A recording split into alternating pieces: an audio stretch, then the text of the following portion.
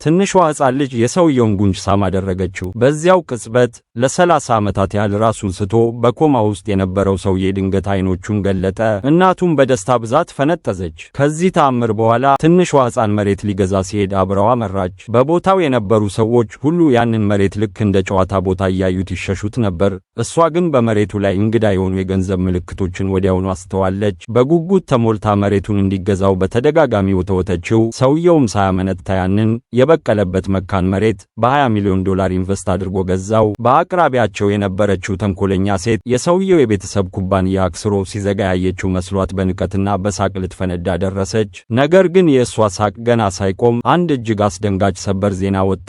ሰውየው በገዛው መሬት አቅራቢያ 3 አዳዲስ የባቡር መስመሮች ለመገንባት እቅድ መውጣቱ በይፋ ታወጀ። ይህንን ዜና ሲሰሙ በቦታው የነበሩት ሰዎች በሙሉ አፋቸውን ከፍተው ቀሩ። ሰውየውም አይባስ ብሎ ደንዝዞ እዚያው ባለበት ቀዘቀዘ።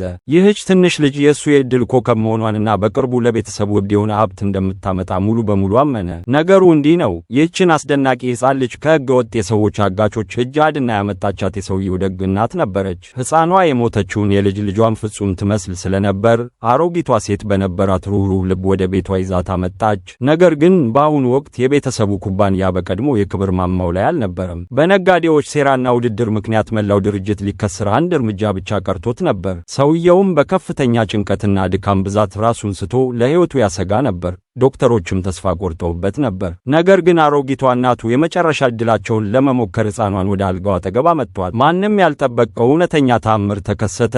ልጅቷ ስትስመው ወዲያውኑ ከኮማው ነቃ። ሆኖም ከእንቅልፉ ቢነቃም የኩባንያው ምስቅልቅል አልተቀረፈም ነበር። የሰራተኞች ደሞዝ ሊከፈል አልቻለም። ባንኮች ፊታቸውን አዙረውበት ነበር። ኪሳራም ደረጃ በደረጃ እየቀረበች ነበር። በከፍተኛ ጭንቀት ውስጥ እያለ ሕፃኗ ልጅ የአንድ ስልክ ቁጥር የተጻፈበት ማስታወሻ በእጁ አስጨበጠችው።